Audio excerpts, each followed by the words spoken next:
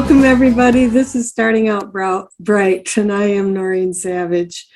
And before we get started, I'd just like to tell you who I am and who I'm not. First of all, I am nobody official with Bright Line Eating, but the program has done a lot for me. I got acquainted in 2019, almost 3 years ago in May.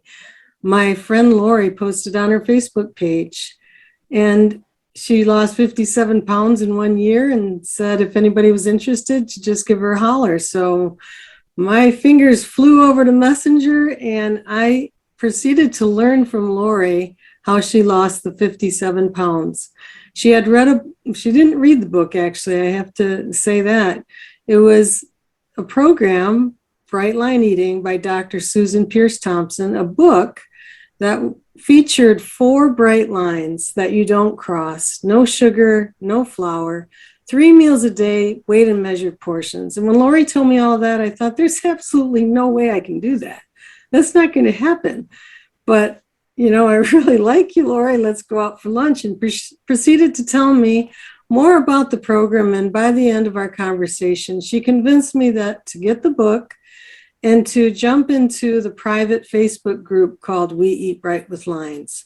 Now, since then, there are many Facebook groups for all kinds of people. Maintenance, Nikki and I talked about that, all kinds of things. Private groups like Starting Out Bright associated with these Zooms, the official page, which is a public group, and many, many others. And so I did that. I got the book and I got in the group and I just sat.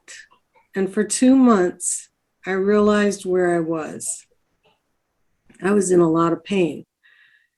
I was 5'2", still am, and 270 pounds.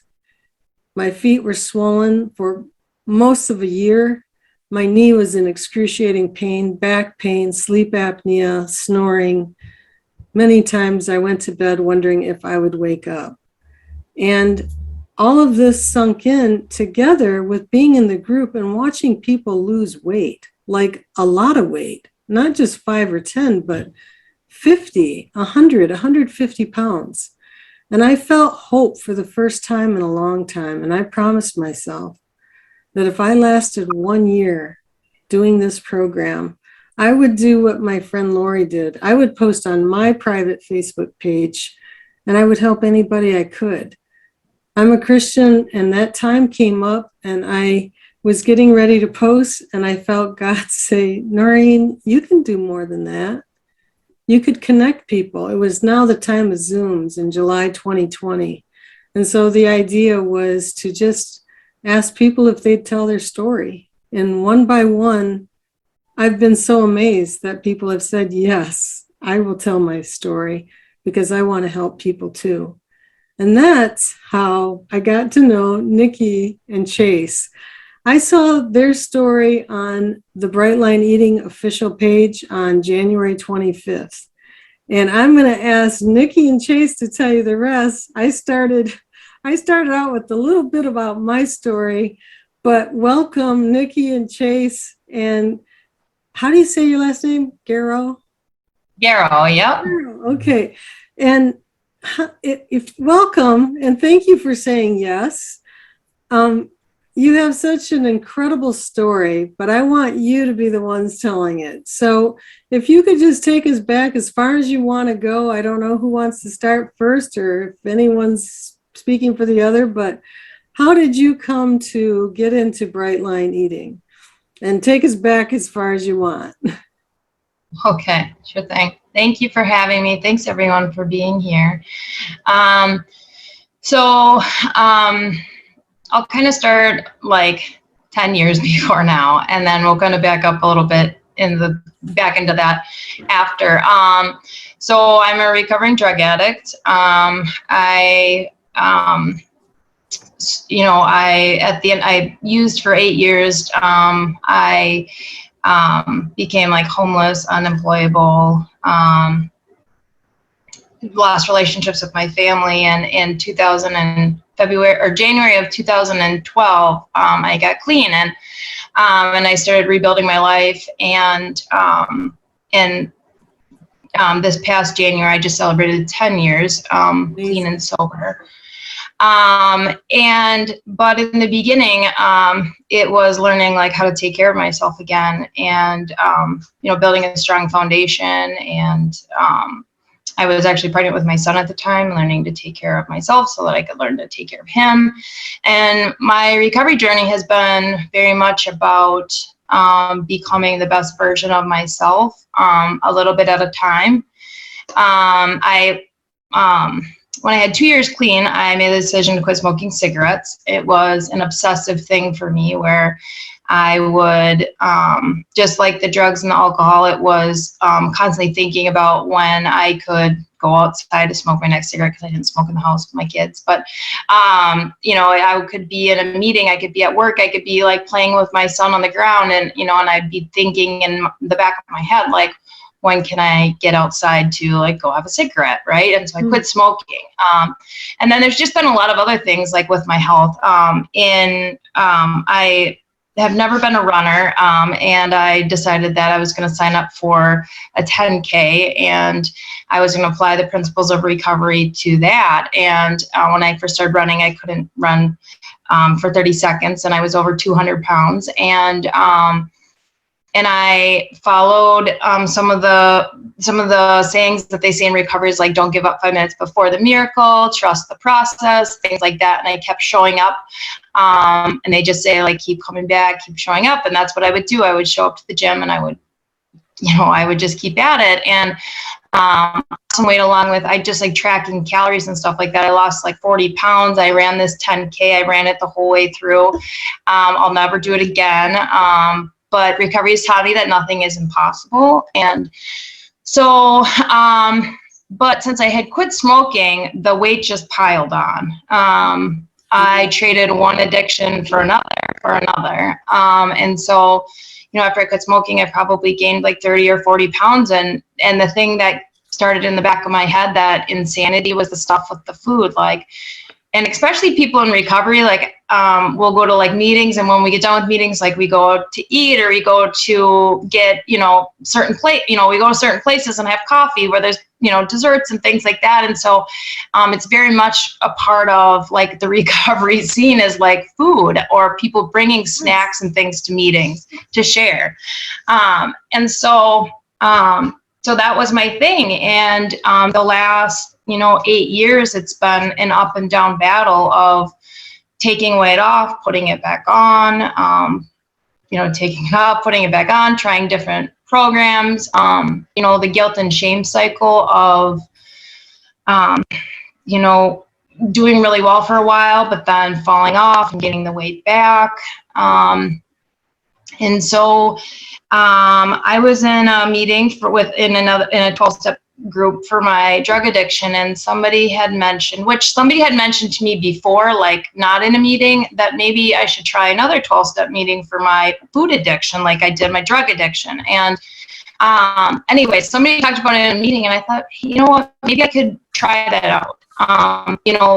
The 12 steps and doing the things like the recovery thought process has worked for some other things in my life. Let's see, maybe if I could work this on my food stuff. The thing is, like with my drug addiction, I always considered it a disease, but with the food stuff, I knew I was addicted to food, but I didn't consider it a disease, or like that something was wrong with me like it was with the drug addiction. So there's a lot of like common things between the two. In the year of 2020, we went into the pandemic mode. And now you're talking about a time frame after that. Were you still going in person when you're now going to start a food recovery program? So I've always done in person, like got clean through doing in person, but it actually was during a Zoom meeting for a 12-step program during COVID that I heard about maybe going to one of these other meetings for my food stuff. Okay. And I've actually never been to an in-person food meeting. I've always done it over Zoom. Well, maybe there's one that I did, but it was kind of like we knew all the members of the group and we did it at somebody's house. So I don't know how much it counts, but yeah, it's all been virtual. And like for, I'll with the 12-step meetings, one of the principles is anonymity for the meetings, that I'm not a spokesperson or a, if I go out and fall off the wagon and it's not coming back on me and, being a example for the group, right? So it says attraction rather than promotion. So we don't promote it, but you could always do a Google search for 12-step meetings. You could always message me too if it's something that you're interested in, and we could talk about that. So just wanted to mention that. Because it's been a part of my story and helping me. But it's been the meetings, it's been what comes from the meetings. There's something in meetings called sponsors. There's somebody who has a little bit of abstinence time or clean time, who also work through the 12 steps. And Noreen had asked me, she's like, I've heard of the 12 steps, but I'm not really sure, what those are. And they're basically, you work them in a workbook. You could look those up too. The first step is we admitted we were powerless and that our lives have become unmanageable. And you might insert a word like food or drugs or alcohol in that. And then the rest of the steps really don't have much to do with, they don't include that food, drug, anything. It's about finding a higher power. It's about clearing your side of the street. It's looking at your character defects and, those kinds of things that help us work through some of the things why we use drugs or why we eat, or that emotional, that deep down stuff that sometimes keeps us sick, in whatever addiction that is. And so you that answer your question, Noreen? Well, yes, it does. That you are not just able to only go to in-person meetings nowadays. They have the Zoom just like this. It's a new way of life, I think. But you found yourself going to the food meeting, and that's where you really got involved with Bright Line Eating? Yeah. So when we talk about that first step, unmanageability, when I look at my life with the food, just like, there's unmanageability with drugs and alcohol for me. With food, there was too. There was, spiritual, emotional, mental, physical unmanageability, and it looked, it's different for everybody, but for me, financially, right? Eating out all the time and chasing that next high. I mean, I think the month before I started Bright Line Eating, I mean, I probably spent over $1,000 in restaurants and things like that, and draining our bank account because of the eating and the food and having to just find that next, that next high. And the spiritual, relying on food rather than relying on a higher power or God is who I believe in. And then the mental, emotional, not really dealing with feelings and using food or being in the guilt and the shame, and just kind of just not really dealing with things. And so it affected my life in all those ways. And then physically, the weight was there. And I couldn't get up a flight of stairs without, breathing heavy. And, I've got two smaller children. I have a 9-year-old and a almost 3-year-old. She'll be 3 next week. And a big thing for me has been, too, not only just becoming a better version of myself for me, but to be a good role model for my kids. I grew up in a kind of unhealthy home, and my mom told us not to do a lot of things, but then she did them anyways. And so I didn't want to be that kind of parent that my kids don't smoke cigarettes, but she's going to smoke cigarettes in front of us and that sort of thing. And so I've just really tried to be a good role model for them and give them something that I didn't have growing up. And so one thing you mentioned the other day was mental stuff the anxiety and everything going on in your mind. Yeah, lots of anxiety, lots of just obsessive thoughts, just like it was with the drugs and the smoking. It was thinking about, when can I get off this phone call at work so I can go dig in I work from home too, right? So so I can go dig in my pantry, or not doing work because I'm eating, or eating my kid's last cupcake that I was supposed to save for them. Sorry, I don't mean, not my food. Eating my kid's last, not my food, because even though he had saved it for him, but I couldn't stop myself from eating that. There was just these things that were not normal for me, or eating until I was overfull, until I felt sick. So there's like a lot of those kinds of things that maybe some of you can relate with. And I think the biggest thing, and I think Bright Line Eating does a really good job, like on the Facebook page, of people like coming together and looking at like the similarities and working together. And some of our stories might be different, but coming together and focusing on the similarities. You were asking about the red, yellow, green light food. So I went to a meeting, and I'll tell you that I didn't start doing anything for 3 months. People started talking about no sugar, no flour, and I was terrified.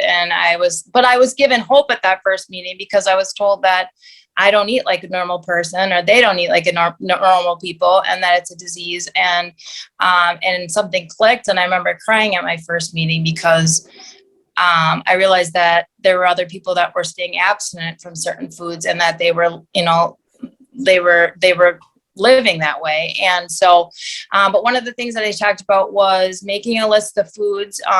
So red light foods are foods that you binge on, foods, and usually the foods that people list are the processed foods with flour, sugar, that sort of thing. So you list those out. Those would be the foods that you probably would cut out. Yeah. And then there's the yellow light foods, which are foods that you sometimes binge on, and that might sometimes even become red light foods. And then there's the green foods that you don't ever binge on, you don't go to bed sleep, dreaming about. And those are just good, healthy foods for you. And one of the things in the meeting was talking about, everybody has like a little bit different plan.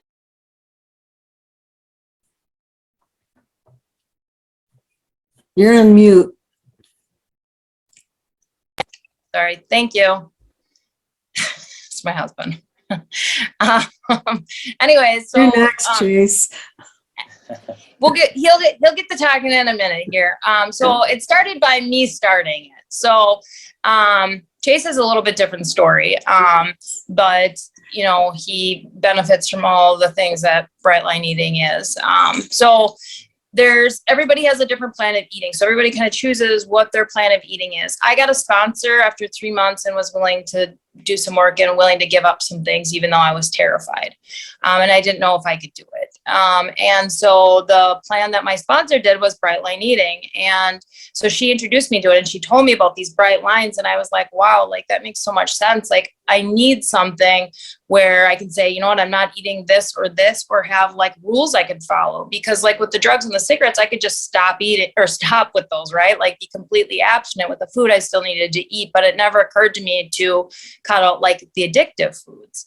And so I got the book, but I started like with just the chart from like the Facebook group, and I started without even reading the whole book. I did read the whole book through. I started, and my husband, he started about a week after me, and I'll kind of let him share his piece, and then, you can ask some more questions and we can talk more. And you had a totally different experience with what you were going through before, right? Yeah. So this meeting's made me kind of reflect a little bit on my food journey. I don't usually talk about it too often. But like thinking back, I come from a family where my mom was always dieting. Okay. And so ever since I could remember, my mom was always trying something to maintain her weight. So whether it was working out, some sort of diet fad, right? Ever since I can remember. So I always had like a pretty good role model, but not always the healthiest role model on like trying to take action with maybe some of your food stuff or your weight issues. And so I just remember my mom always in my ear kind of talking about like, you need to build these habits when you're young so that, when you're in your 20s and when you're in your 30s, you're not trying to build these habits up. And so I think I was a teenager and I started really like focusing on working out. And I was always the, I guess, athletic type build person. So like working out and that kind of stuff, like naturally, so kind of like the opposite of Nikki, where Nikki kind of like really like battled with trying to like establish working out, where it came really easy for me. But then on the other hand, like I just ate whatever I felt like. Mm-hmm. And so I kind of always took that attitude, like if I work out, I can eat whatever I want. And, you know, I didn't really have to, at least knowingly, like that much of a consequence until I got a little bit older. And then, you know, I started putting on a little bit more weight. My joints started to hurt a little bit more. And then I had some binging unmanageability where I would binge a lot. And so a little bit of my story, I'm in recovery too. And so I have some clean time from drugs and alcohol as well. And so I kind of have that, like, I guess that mindset of trying to always improve myself. You know, it's not that like I'm not good enough, but I'm always looking at like, where am I guess, where am I kind of not where I want to be, even though like I say I'm like doing something, right? And, you know, so I guess like where I was, like it was maybe over a year ago, I was at the doctor. He was telling me I was overweight, you know, but I was telling him, hey, I work out 5 times a week, sometimes 7 times a week. Like I'll work out every day, you know? And then he took my labs, you know, and he told me I had high cholesterol. Wow. You know, and so I was a little surprised, you know, I'll say with all that exercise. All the exercise, you know, and it was actually like really bad. He's like, typically we would put someone on medication for this, but because of the way you work out and just kind of like, I guess what he's seeing that he's gonna just advise me to change my diet. And he said even work out more, which I was like, I don't know how it works. But so it was like shortly after that, Nikki made the I guess decision to try bright line eating.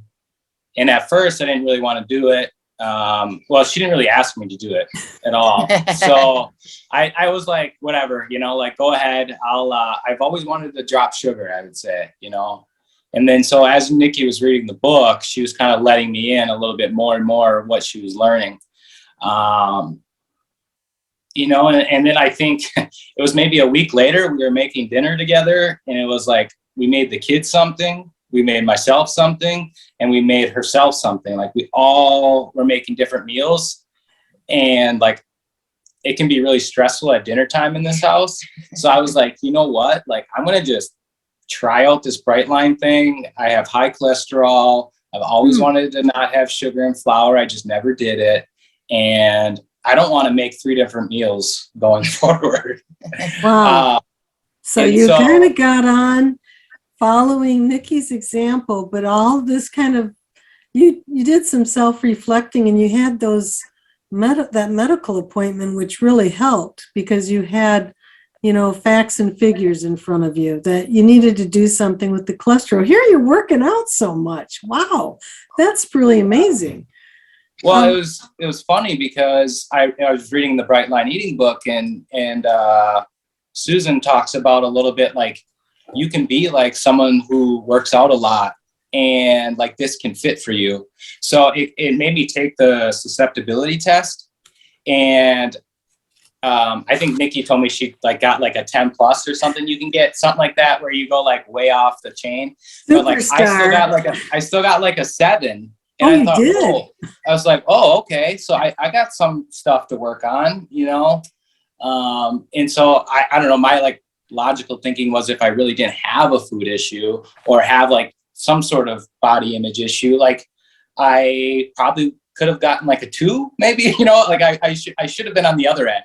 And it definitely, go ahead. I was going to say, did you keep on exercising when you got started then? So initially, no, because I took the advice of like kind of waiting, but because of my history of working out, it like really helps me like with my mental health. So it's kind of driving me a little nuts not to work out. And so that's kind of like my difference in Bright Line Eating was I had to go from like weight loss to like maintenance plus everything to like maintain because I was losing too much weight. Oh. And so I went from, you know, being overweight to being underweight really fast. Yeah, a couple weeks. Because I was working out and I was only eating the 3 meals a day, which I still do, but like doing that and then eating the weight loss program, because I guess the way I interpreted it as was you want to start off with the weight loss, see how your body reacts and kind of adjust. Well, I had to adjust like radically, and I think I also read too, she said, like even athletes can do this. And so I was like, okay, like I can still do it, working out and stuff. So I had to just add a lot. And so that was like the difficult part for me, was really adjusting it, and not, because like I would get really bad headaches if I didn't figure it out, like if I didn't have the right amount of calories, but I just kind of stuck with it. Like for me, Nikki and I, we, in our other recovery, we kind of do a really good job, I think, at like keeping what we work on separate, but we come together about it, because we're just two different, I guess, people in that type of journey. And like, we just have different stuff to work through. And I think it's the same thing with our food. Like we're on different paths, but it's like, I guess, the same one at the same time. So you've been open about your recovery from drugs, and I don't know if alcohol for you too, but drugs and alcohol, even nicotine.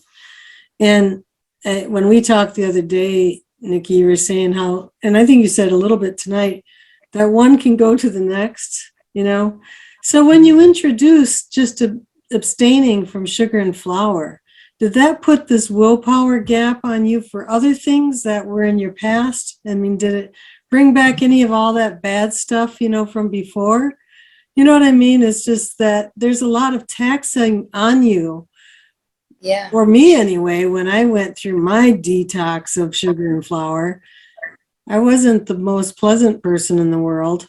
I don't know that I was the first few weeks. I don't know that I was unpleasant, but I knew I had to do like what Chase just said. I had to just think about me. I had to really concentrate on my program one day at a time to get me through that period.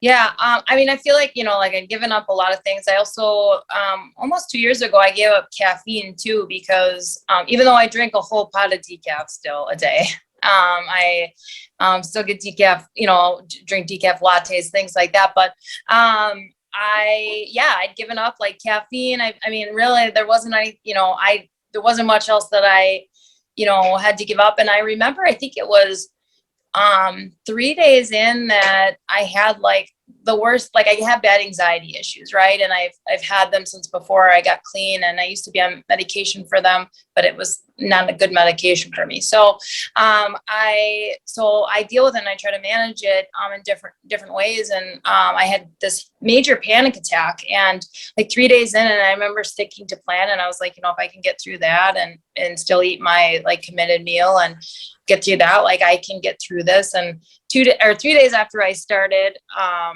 so maybe that was like 2 days after, and then 3 days after, I celebrated 9 years clean. And normally that's celebrated with not my food, with candles, and that's like a big thing. And so like I had like this big milestone like kind of thing right away. That our cat's making some noise back here. I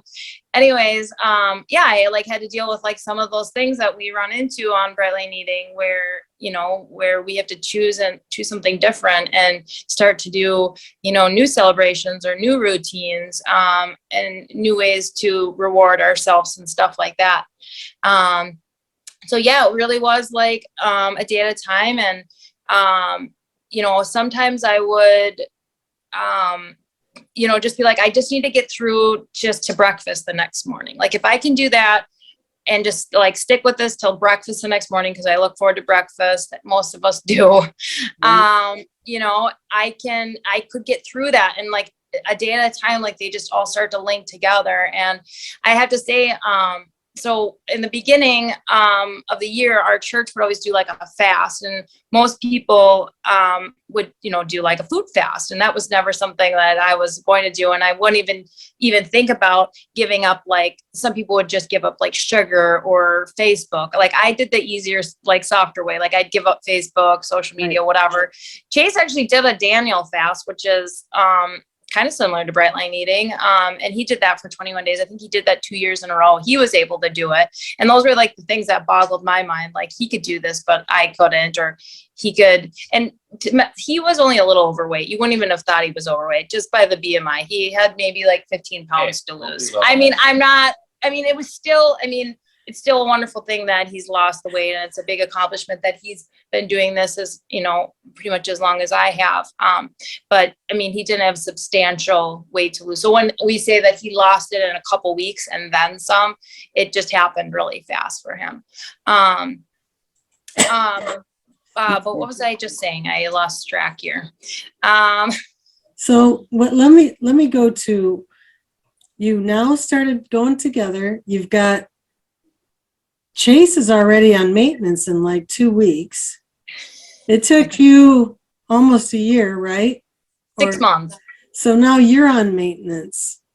How is maintenance going? So, we've had to, like going out to eat. I think we didn't go out to eat for the first month, which is like a huge thing because we used to go out to eat several times a week. And so that was like a big thing that changed for us, making a lot more meals at home. I hate cooking, but, it always used to give me anxiety planning food for me and for our family and for the kids and making sure they're getting something healthy. And, I love that, like when I commit my food and I write it down for the day, it takes all the anxiety out of having to plan or figure it out. Cause I just, and I do it. Some people do it the night before. I do it in the morning.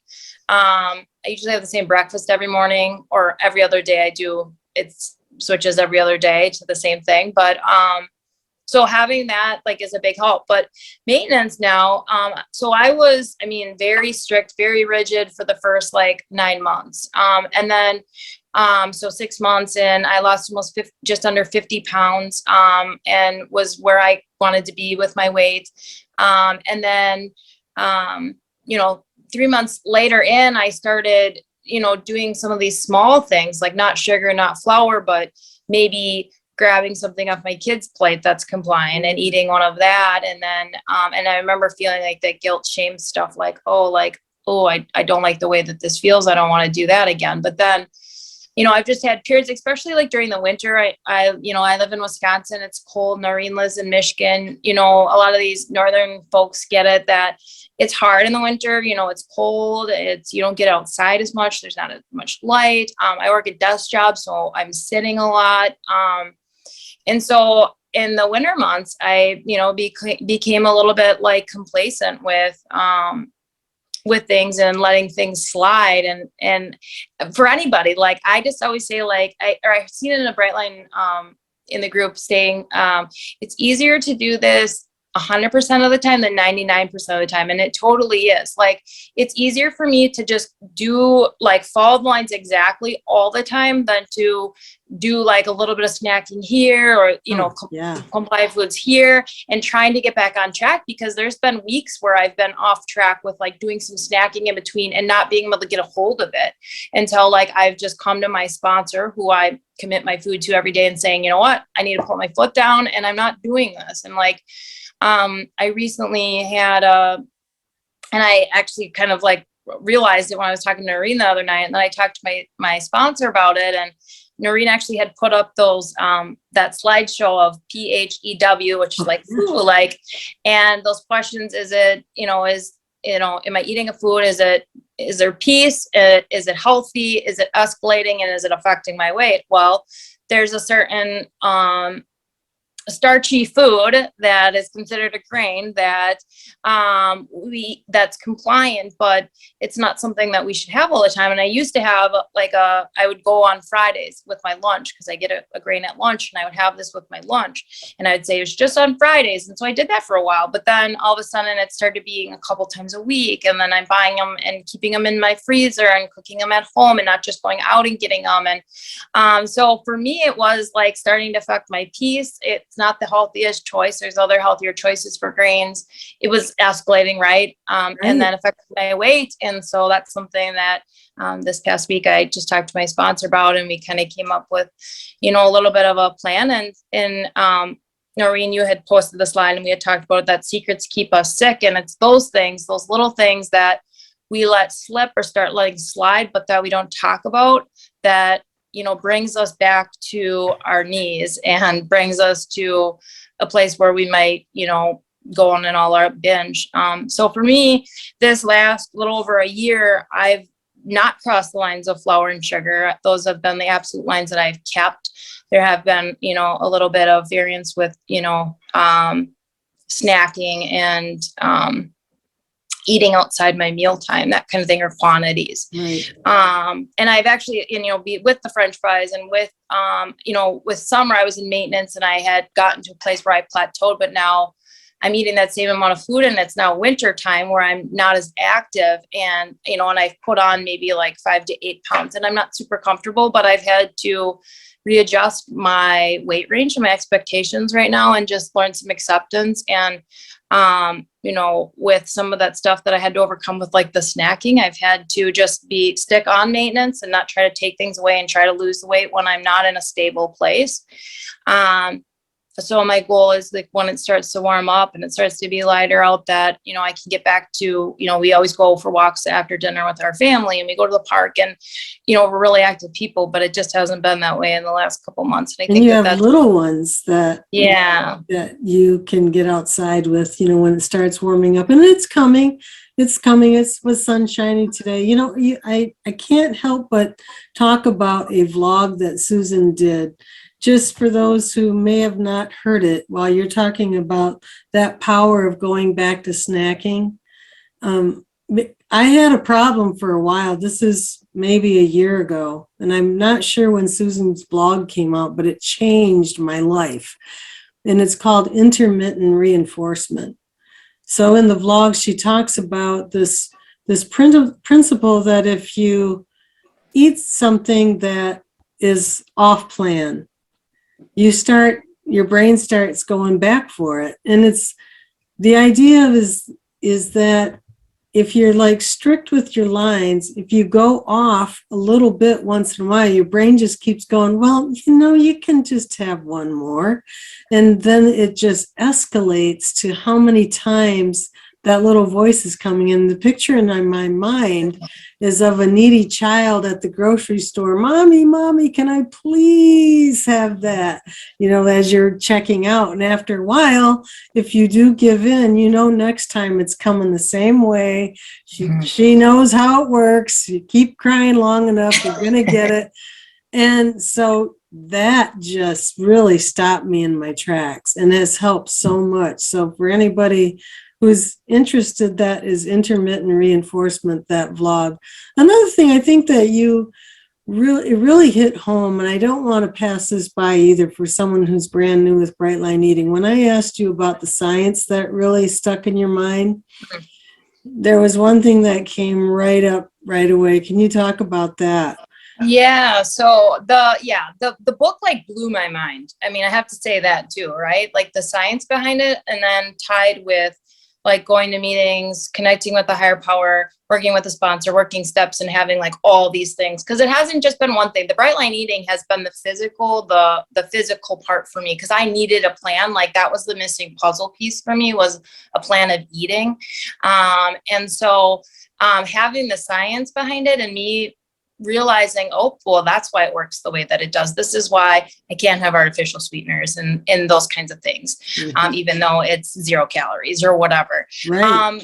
But for me, it was the concept of, if you take something in a whole form, it's not addictive, like the poppy plant or, a coca leaf, and you chew on it, you're not going to be, you're not going to be shooting that in an alley somewhere. You're just not going to, that's not going to happen.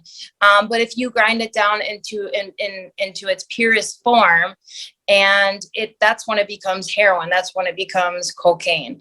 And that's when it becomes addictive. And the same thing is true with flour of any kind, right? Whether it's oat flour, almond, because they, like there's like health places that like almond flour, oat flour, and it's got to be healthy, right? Because it's like these like whatever. It's not wheat flour, right? And that's not true, because some people will be like, well, what about other kinds of flour? But anything that's ground down into its purest form like that with sugar and wheat, they become addictive. And that was like, it just blew my mind that made so much sense to me. Yeah. Of like why it has caused my brain why I was so addicted to it. And I have to say too, that like once I cut out those things, those cravings and that insanity for those types of food have gone away. You know, and that's a miracle. I mean, still sometimes I have kids, the small kids, and they eat not my food, and sometimes I'll smell them and they smell good, but I don't go to bed thinking about it at night, that I need to get back downstairs and I need to get to that food, or thinking about that food for the morning or whatever it is. Or thinking about going to that restaurant with that food. It's not like that anymore. I mean, I still really do look forward to my meals though. Like, don't get me wrong. I still like to eat, and, but it's very different. It's not as all consuming and obsessive like it used to be. Well, that kind of ties in with a question that Angela posted here. Susan said, Susan Pierce Thompson said that food addiction was the hardest of her addictions to recover from. Would both of you agree, as you have both gone through recovery? What I think we have different stories. I don't think it was for me, but I think there was a lot of similarities though, because like, I guess I'm just like getting through the denial about the food, where Nikki's been really digging into it. So you can speak on yours, because I can say it for her. It is. I can just tell by the battle she's had. So yeah, I mean, because with those other things, I could just abstain from them, right? And eating, and so there's days and days and days and weeks and months will go by where I don't ever think about using, right? Sometimes it comes up. Actually, 10 years later, I still dream every week. I have a using dream about drugs still. It's crazy how the addict brain like just wants us to have what it wants. And I actually have food dreams too, right? So when I started Bright Line Eating, I would dream about not my food, and people talk about that. And it doesn't make me, like that I'm not working good enough program. It's just like my brain is wired to have those substances in my body. And so, but for me, yeah, I mean, the ups and downs, and even still like in maintenance, it's been super hard. I feel like the weight loss portion was like I said, I was super rigid, and it went really smooth, and it was super automatic. But then maintenance comes, and you start to get a little bit of confidence, like, well, I don't have to be as strict, or, your brain starts to tell you these things. And we, other programs, they talk about like, this is like addiction. It's like, it's not just the food and the drugs are but symptoms. It's like our thinking that needs to change. Oh yeah. And so, and I have to get through that. And so working the 12 steps in a workbook with a sponsor. And like I said, if anybody has questions like that, they can always message me and ask me, or you can Google it. But those have helped me like uncover that stuff that is like, been up here that's made me really insane, and has helped me through like some of that thinking. And I don't know exactly how it works, but it does. And there's been a lot of healing there. I've worked the 12 steps a couple of times in my drug program, and then now working them through in the my food program. I'm wondering, this, and if this is too personal, it's fine. We didn't talk about this, but I'm just really curious, because you've been so open about it. You talked earlier when we were having some microphone problems about that the drug problems took you right down to homelessness. It tore up family relationships or personal relationships. You became unemployable, or, not being able to get a job. Those are really hard consequences of that use. And you see how much the addiction brought you down in that way. Mm-hmm. To me, the food addiction or food dependency, it brings you down in a different way. Yeah, definitely. Like for me, it was like bad health. The consequence of going through sizes of clothes, just all of that kind of stuff. But it doesn't take you down to homelessness. You know what I'm saying?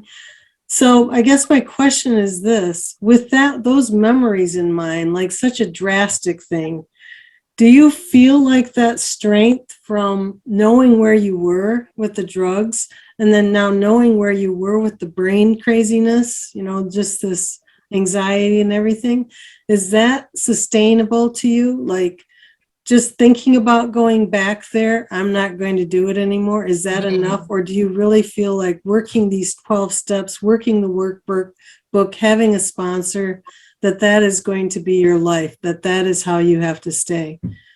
It's how this is what I've done that has worked. Carol, you are right. That blog is great. Seriously, it's one of the ones that has just stuck with me so much, this intermittent reinforcement. I can't speak highly enough of it.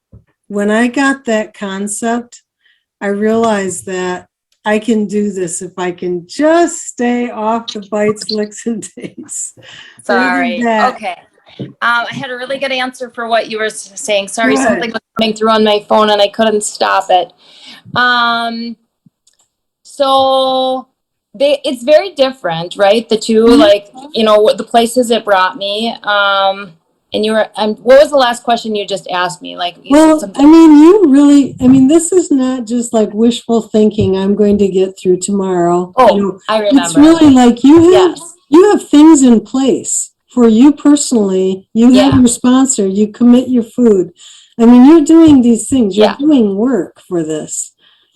So the same thing, like, I remember my train of thought now. So like, just like it was like with my drug addiction, like I continue to go to meetings, work the steps and do these things because that's what helped me stay clean. And it would be silly. And I think it talks about it in the Resume book. I'd seen somebody, I think, post about it and I didn't, I haven't read that part in the book, but it talks about it'd be silly for me to stop doing something that works, right? Like, why would I stop doing the things that work for me that have brought me this far? And our disease is cunning, baffling, and powerful, and it wants to do anything to take you out. And so for me, I have to be really mindful and I have to stay like vigilant with you know, looking at this stuff and reminding myself, yep, like I'm a food addict, just like I'm a drug addict, and I can't have these things like a normal person. And if I don't stay like, you know, in contact with my sponsor and other people who struggle with food and like keeping my head in a positive place, whether it's like doing daily readings or in some of the literature that we read, or, you know, maybe reviewing Susan's book or whatever it is, if I'm not keeping myself in those places, it's really easy to start thinking that I can do certain things that I can't because those have never worked. And I know that. And so one of the things that I always do, like, and did with the using, and so again, it's kind of the same thing with the food, is like I play the tape through. Okay, if I eat this thing, what's going to happen, right? Then it's going to be, that's not going to be the end of it, right? It's going to be another and another and another until I'm in the ditch. And that's not where I want to be. And so play the tape through. And so that's what I do. And so while I've slipped up in some areas, like I know with the flour and the sugar, like I don't know that I could come back from that. I know people that have, and I just don't know how you do it. But like for me, like I don't know that I would be able to like pull myself up because of how hard I worked and how much I've like poured into this. But it's a day at a time, right? But I'm just not willing to go there today. Oh, that you're just so incredible. I mean, seriously. I am just really blown away, and you know, I'm so glad that one day you posted. I want to share that day that you posted, I had prayed that God would send me right to the person who will make an impact on those who have ears to hear. And you are making an impact today, both of you. I wish our time was a little longer, but with the technical difficulties, we're running out. But if you hang on, we'll play 3 Question Thursday. So for now, I'm going to close out. Maybe I'll just do it like, maybe I'll just go all the way through. And we'll forget 3 Question Thursday. We'll just finish up for a few more minutes, okay? Because we usually end at 9:30. If somebody has to leave, that's okay. Because I do want to ask you both these questions. There's a lot here. I mean, first of all, being able to share your story with us, and thank you for letting us record this, but you know, you've been very generous even in the Bright Line community. Through all of this, what would you say are those non-scale victories that have really made a difference for you? For me, I keep thinking about, like, I have some daily ones. Our break room at work is always littered with cheese and crackers and various meats and catered in food from fast food places. And if I wasn't like on this plan or doing bright line eating, I would be having a field day. And so to do that, and then also like the holidays, I didn't like, for me, the holidays were really tough. That's where I kind of let loose. It's like the Thanksgiving, Christmas holiday, like back to back, is always really tough. I always like to overeat, and not this year, It was a new way. Yeah. Wow, I'm glad to hear that. That was very supportive for both of you then, really. That if you could both keep your lines during the holidays.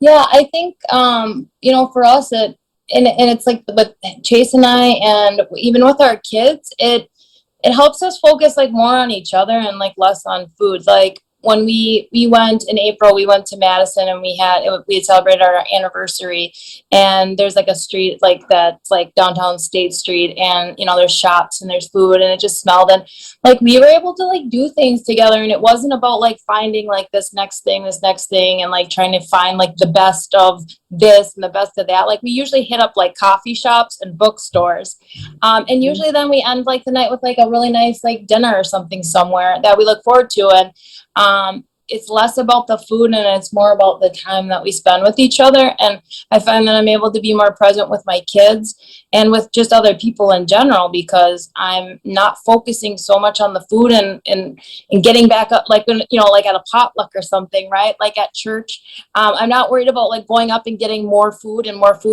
trying to figure out who's not noticing.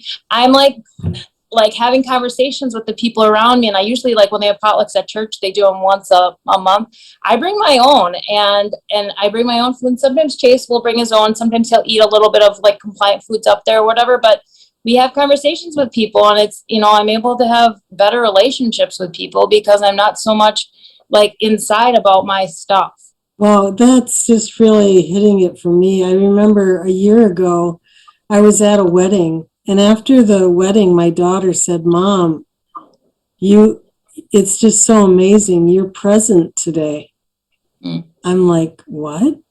Like, you're so different. You're with us. You're present. And I realized I was like rounding the tables, things like that, what mints are here or whatever. And I've had that experience too at potlucks or whatever, that I can just sit and chat with people. And I actually make a point to, because I don't want to be rounding the tables. Sure.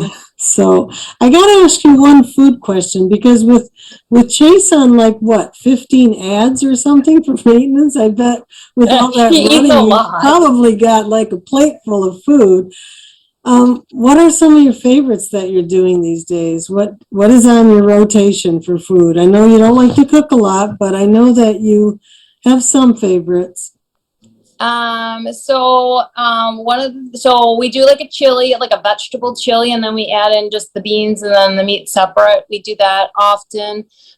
We do, I do like a taco salad, right? Where it's just like a bunch of lettuce and then cheese, guacamole, salsa, tomatoes. I mean, and that's delicious. Maybe even like some like compliant queso cheese. I don't try to have it a lot, but like it's compliant, but that goes on there too sometimes. We usually our like thing that we like kind of splurge on is, like we'll go for like a nice steak dinner, or we'll cook steaks at home too. Like that's always like a treat for us. I don't know, peanut butter is life for me. Chase will attest to that. I like my peanut butter on banana in the morning. Something we have every couple weeks is like BLT's rice cakes. It's actually better than bread. Like he'll have that over the Ezekiel bread. And so, being on maintenance, I can use rice cakes with dinner or whatever. And, I don't use like 4 ounces of bacon. I usually do like 2 ounces and do that as half my protein. but we actually had those tonight, and, mayo for the fat, and tomato, lettuce, cheese. And those are really good. Yeah, but most of the time we keep things pretty simple. I mean, we've tried different variations of things for like noodles, for like, spaghetti. French green beans we've tried, and those are pretty good. We've done the palmini, carrots, butternut, squash, noodles. I mean, we've done all of those. We've tried different kinds of variations of like a pizza, and I don't know that we've really found anything that's very close. Most of us haven't. So, we just kind of keep things pretty simple. Well, for someone who's saying they're not cooking much, you're coming up with a lot of good stuff. Jace cooks the steaks. He's the guy here. Yeah, well, that's a good place to be. And then usually, like with our kids, like some people ask, like, well, like I have kids, and can I do this if I have family and stuff? Like usually, like we just give them a little bit aside of something else. Like, but like if we're having tacos, we have everything, and they just have like a taco shell. And my daughter will have a quesadilla, my son will have a taco. Spaghetti, same thing. We'll have different kinds of noodles than they do, but it's the same sauce. My kids love fruits and vegetables, and so I mean that's easy enough. So it is doable with kids. Wow, you're making it work. And when I see you look at each other, I just see this glimmer in your eyes. You must be so proud of each other. I mean, it's really pretty cool. What you two have gone through and the things that you have overcome is really inspiring. And so I have one more question for you, because there's somebody who's listening to this, and again, thank you for letting me record it, who may, they may not have even gotten over drug addiction, or, they may want to just get into a 12-step, whether it's that or whether it's the food. What would your message be to them? Well, and it's one of those cliche quotes, but it's don't give up 5 minutes before the miracle. Like if I would have stopped, in the beginning when, I just didn't know if I could do it right. I just did it for today and just making it through today, reaching out for help. I mean, there's always somebody out there that you might know, whether it's like somebody on Facebook that maybe that struggles with some of these things, like connecting with people that are like-minded, really sticking close to like the Brightline Facebook page, or like there's so much support out there, and especially now, like with COVID, like that's been one of the most positive things that's come from COVID, is being able to communicate and be together even when we can't be together in person, and doing things through like Zoom. And I mean, I've been to meetings through my drug program all over the world. I mean, like New York, the Netherlands, I mean, all kinds of places, and being able to see like meetings in other places, and how people do things. And it's the same welcoming, supportive environment that I found in person and at meetings here. And so, I just reach out. Like I said, I'm always open. I've always posted it when I make posts on the Brightline Eating Facebook page, like reach out, like if you want information or you're curious or whatever, like I'm more than happy. There's a saying that I really live by, and it's that we can only keep what we have by giving it away. So I do a lot of like volunteer work, and I do a lot of service work, and coming and sharing here, like I can only keep what I have because somebody shared it with me, and I need to share that with other people so that I can, keep being in contact with my disease and what it is, and then helping other people, because that helps me. Wow. As you were saying that, I was thinking of The Sound of Music. There's a song. There's a bell how does that go? A bell is a bell till you ring it. A song isn't a song till you sing it. And love in your heart wasn't put there to stay. Love isn't love till you give it away. Noreen, you got a voice. So, what you're saying is now you're giving it away, and it's such a beautiful thing. Chase, I got to ask you if you got any last words for those who are listening. What would you say to them? I would just say that, I guess from my experience, I never thought I was really worth the recovery, or worth taken care of myself, or I didn't really deserve a better life. And I just think that if you are struggling with food or struggling with something else, that they're like, today we live in a really beautiful time where we do have the opportunity to recover, and there's a lot of resources out there. So whether it's Bright Line Eating or another recovery like STEP program, you know, they're out there for you to take advantage of. And you know, if you can, it's kind of some recovery talk too, but like if you can do it for like a minute, then you can turn that into an hour. And if you can turn that hour into 24 hours, and you can turn that day into a week, and then you can turn that week into a month, and so on till, you know, you put more and more time together after those days go by. And it's a beautiful thing to happen, you know. I'm just grateful that I could be here with you guys and share. So Yeah, and I have to say too, I mean, it's meant the world, and it's kept me so much on track. I don't give my husband enough credit, you know, because he doesn't attend like the food meetings like I do, or do the 12 steps in the food stuff like I do. But he, I mean, he has supported me. He's been there when he's, you know, and been like, you know what, that probably doesn't taste that good, or, you know, or when we're out, I mean, he really holds me accountable, or like, oh, like, what is that extra thing you're having on your, you know, whatever. And so I don't give him enough credit, and thanking him enough for like being such a big support. And, you know, the time that comes out that I have to take away from our family for like all my meetings and the things that I do, and that he allows me that time, and, you know, takes care of the kids and takes that on, and just is like a huge support. So Wow. Shout out to him. So great. Well, thank you everyone for being understanding with the tech problems. And Chase and Nikki, I can't thank you enough for sharing your story. It's really been such a blessing and so inspirational. I really appreciate it. I thank you for all you're doing. And so I'm going to close as I do each week. Good night, everybody. Good night. Stay bright. Don't let the bed bugs bite. Good night. thanks. That's Noreen. great. Thank you, Noreen. Thank you.